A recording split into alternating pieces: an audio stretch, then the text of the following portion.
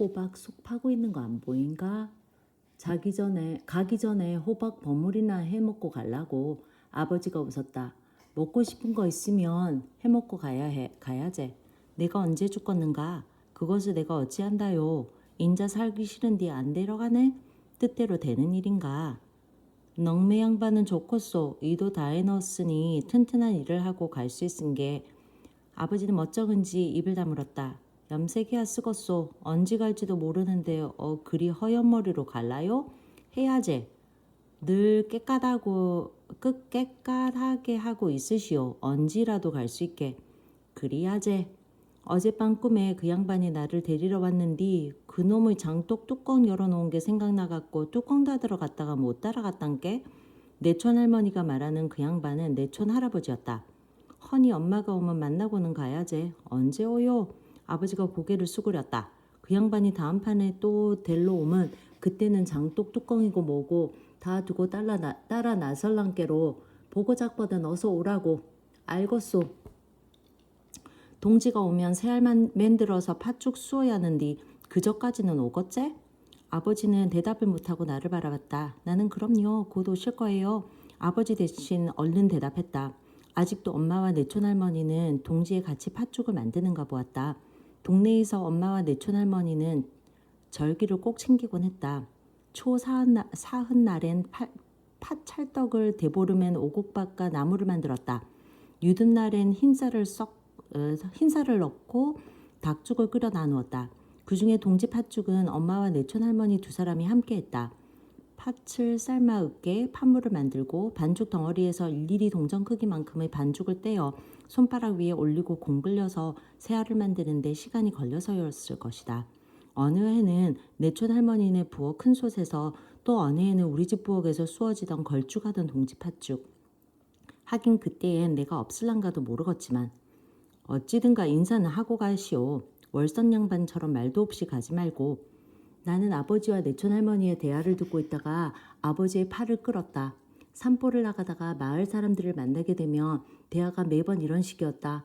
당장 내일이라도 만날 수 없는 이들이 나누는 것 같은 얘기를 아무렇지도 않게 덤덤히 나누었다. 아버지가 이 치료를 마쳤을 때 신장로에서 만난 왕님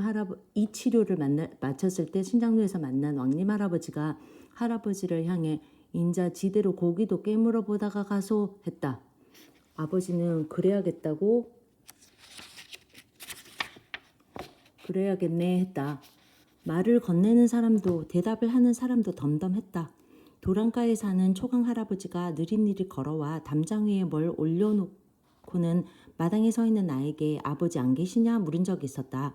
병원에 물리치료 받으러 갔다고 하니 그냐 하면서 등을 돌리고 다시 도랑 쪽으로 느릿느릿 걸어갔다.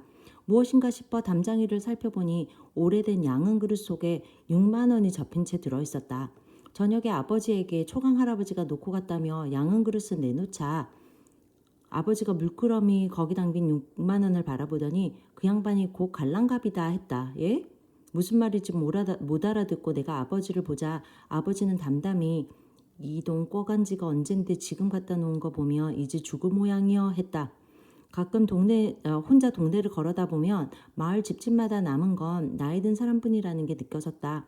마당에 풀들이 무성한데 마루에 노인 혼자 앉아있는 모습이 눈에 들어오기도 했다. 빈집에 사람은 없고 개 두 마리만 마루 밑에 앉아있기도. 비어있는 집 나무에는 새들이 더 많이 앉아있었다. 새들은 이 허공에서 저 허공으로 이 나무에서 저 나무로 옮겨다니며 날카로운 소리를 냈다. 귀가 먹먹해질 정도였다. 지저귀는 게 아니라 싸우는 중이라 여겨졌다. 허공의 새 싸움을 지상의 개들이 올려다보며 짖기도 했다. 이제 이 동네엔 사람보다 새와 개가 더 많이 살고 있다는 생각. 새와 개만이 아니었다. 철기까지 고라니가 내려와 있었다. 밭둑을 걷다가 산에서 내려 멧돼지와 대면하기도 했다. 멧돼지나 나를 피하지도 않고 내 눈을 바라봤다. 이런 일이 자주 있는지 뒷산으로 오르는 길에는 멧돼지와 마주쳤을 때 대처 요령이 붙어 있었다. 나는 멧돼지가 사라지고 난 뒤에야 그 대체 요령을 읽어보았다. 소리치지 말고 급하게 움직이지 말고 멧돼지의 눈을 쳐다보며 천천히 자리를 피한다. 돌을 던지는 등의 위협 행위를 하지 않는다. 공격 위험을 감지하면 주위의 나무, 바위 등에 몸을 신속하게 피한다. 이따금 마주치는 동네 할머니들은 멧돼지 출몰이 두렵지 않고 시끄러운 새소리도 듣지 못하는지 얼굴에 아무 표정도 없다. 나는 동네를 걸어다니다가 만나는 나이 든 분들 대부분을 알아보지 못했다. 안녕하세요 인사를 하지만 누군지 알아보지는 못하고 스쳐 지나올 때면 할머니가 그 자리에 선 채 내 뒤통수를 바라보고 있다는 걸 느끼곤 했다. 뒷산까지 걸어갔다가 가파른 산길로 접어들기 전 맞은편에서 걸어오는 할머니들을 만난 날이 있었다. 지팡이를 짚고 수치 적은 백발을 쪽지고 여름인데도 추위를 타는지 옅은색 스웨터를 입은 서너 명의 할머니들 중에 내가 바라본 그 할머니도 있었다. 유난한 햇빛 때문이었을까? 백발이 반짝이는 할머니들은 현실 속의 사람이 아닌 듯했다. 다가가 껴안기라도 하며 바스러질 것 같이 알대로 야위었는데 움푹 들어간 눈에선 반짝 빛이 났다.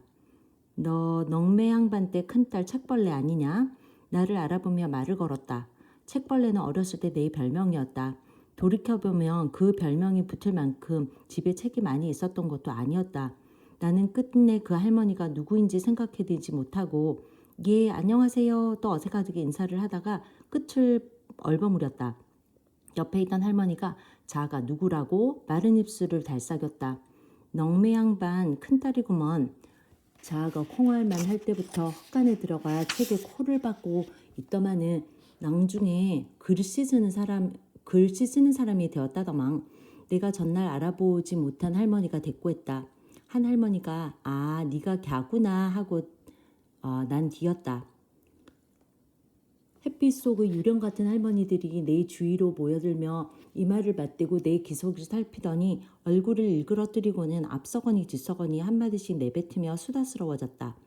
오래 슬퍼하지는 말라라잉. 우리도 여태 헤맸구나.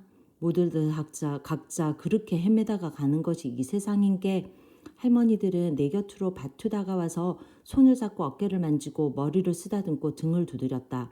앙상한 손가락들인데 머리에 어깨에 등에 닿는 느낌이 부드러웠다. 나는 산보를 하다가 할머니들의 에워싸여 느닷없는 위로를 받고 있었다. 내 마음에 팬 것들이 흐릿하게 뭉개지는 느낌이었다. 밤마다 문질러 내 손바닥에 실킨 내 뺨도 할머니들이 쓸어주어 부드러워진 느낌이었다. 문득 10세집 남자에게 내 말이 너무 심했다고 사과할 수도 있을 것 같았다. 나를 애워싸고 한마디씩 하던 할머니들은 얼마가 지나 우리가 언제 또 보겠냐 뭣들 허든 너도 잘 마치고 와라잉 하더니 등을 돌리고 내가 걸어온 쪽으로 느리느리 걸어갔다. 뭣을 허든 너도 잘 마치고 와라잉 너도 잘 마치고 와라잉 하던 메마르고 갈라진 목소리가 귓전에 남아있지 않았다면 내가 헛것을 봤거나 꿈을 꾼 것이라고 여겨질 것이다. 거칠고 커다란 손에 덜미가 잡힌 듯 무거운 느낌과 눈앞을 가로막는 검은 돌무덤을 밀어내고 전진하는 느낌으로 발에 힘을 주고 집으로 돌아왔던 며칠 전.